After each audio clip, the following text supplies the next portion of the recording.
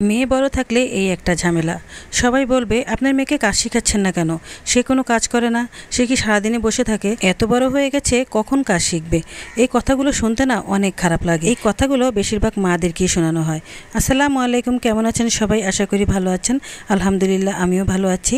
তো আজকে আমি একটু বাইরে চলে যাচ্ছি, মানে আমার ছেলের স্কুলে যাচ্ছি। তো স্কুল আজকে 26শে মার্চ, তাই যেতে বলেছে, অনেক কিছু কাজ আছে তাই যেতে হবে, তাই যাচ্ছি। তো ছেলেকে একা আর ছাড়ছি না, নিজেই নিয়ে যাচ্ছি। রোজা রেখে ছেলে একা একা যাবে আবার আসবে, এটা নিয়ে একটু টেনশন হবে, তাই আমি নিজেই নিয়ে যাচ্ছি। তো এদিকে আমি ঘর ফাঁকা করে চলে গেলাম, আর আমার মেয়ে ভাবছে যে কখন আমার আম্মু আসবে, আর কখন বা কাটাকাটি করবে, আর কখন বা রান্না করবে। তাই আমার মেয়ে নিজে থেকেই বুদ্ধি করে সুন্দর করে দিশা সব কিছু কেটে রেখেছে।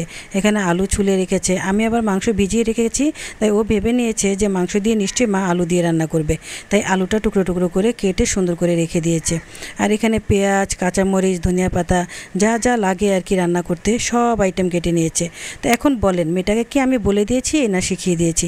ও নিজে থেকে এটা করছে, কারণ ও জানে ওর মা আসতে অনেকটা দেরি হয়ে যাবে, এসে গোসল করবে, নামাজ পড়বে, তারপর রান্নাঘরে যাবে, তো অনেকটা লেট হয়ে যাবে।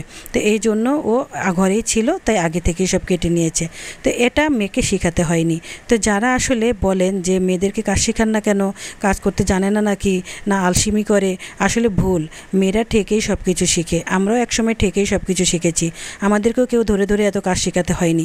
আমরা যখন দেখেছি কাজ বেশি হয়ে গেছে, একটু সাহায্য করা উচিত, তখন সাহায্য করেছি, আর এই সাহায্যর খাতিলে আমাদের কাজটা শেখা হয়ে গেছে। আসলে কাজ শেখানোর চাইতে আগ্রহটা বেশি প্রয়োজন। আগ্রহ থাকলে মানুষ সব কাজই করতে পারে। এখন আমি চলে এসেছি, এসে রান্নাবান্নাও করলাম। তো এখানে আমি ইফতারি বানিয়েছি, তারপর শাক ভাজি করেছি, তারপর আবার মাংস দিয়ে আলু দিয়েও রান্না করেছি, মুরগির মাংস দিয়ে। আর এখন শরবতটা বানিয়ে নিচ্ছি। তো শরবতটা বানানোর জন্য এখন কিছুটা লেবু দিয়ে দিলাম, চিনি দিয়ে দিলাম, আর আজকে আমি রুয়াবজার শরবত বানাবো। এই রুয়াবজার শরবতটা খেতে আমার এত ভালো লাগে, কি বলবো, আসলে আমার মন প্রাণ সব ঠান্ডা হয়ে যায়। আমার বাচ্চাদেরও অনেক পছন্দ। সারা রোজার মাস বেশিরভাগ আমার রুয়াবজার শরবতই খাওয়া পড়েছে। তো এখন আমি এখানে ভালো করে চিনি মিক্স করে রেখে দিয়েছি, আর কিছুক্ষণ পর এটাতে বরফ দিয়ে দেব। আর এখানে ইফতারিটা আজকে কিনে নিয়ে এসেছি, যেহেতু আমি বাইরে অনেকক্ষণ ছিলাম, তাই ইফতারিটা বানানোর অতটা সময় পাইনি। তো এখন ইফতারি কিনে নিয়ে এসেছি, আর ঘরে এগুলো কুচি করে নিয়েছি, আর এখন দিয়ে দিলাম। বাস ইফতারি রেডি। আর চলে আসলাম ছাদে, এসে আমি পুদিনা পাতা নিচ্ছি। মাশাআল্লাহ অনেক অনেক পুদিনা পাতা হয়েছে।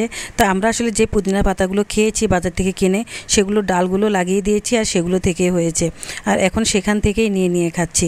অনেক পুদিনা পাতা হয়েছে, রোজার মাসে তেমন একটা কিনতে হয়নি। তো রোজার আগে কয়েকবার খেয়েছিলাম, সেই ডালগুলোই লাগিয়েছিলাম।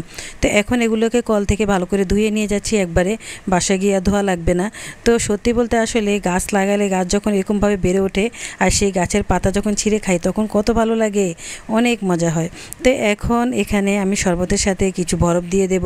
তো বরফটা না দিলে তো ভালোই লাগে না, কারণ ঠান্ডা হলে শরবতটা অনেক মজা হয়। একটা কথা সবসময় মনে রাখবেন, আমি অবশ্য জ্ঞান দিচ্ছি না, মানে বলছি যে সব সময় মায়েরা সতর্ক থাকবেন, কারণ মায়েদের কার্বন কপি কিন্তু মেয়েরা হয়।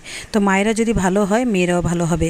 আর তাই মায়েদেরকে সবসময় সচেতনভাবে কথা বলতে হবে, সচেতনভাবে কাজ করতে হবে, সব কিছু সচেতন থাকতে হবে, তাহলে মেয়েরাও তাই শিখবে। তাহলেই আপনার মেয়ে সব কাজ জানবে, সব কথাও জানবে। তো যাই হোক, এখানে শরবতটা বানানো হয়ে গেছে। তো এখন আজকের মতো এখানেই বিদায় নিচ্ছি। আল্লাহ হাফেজ।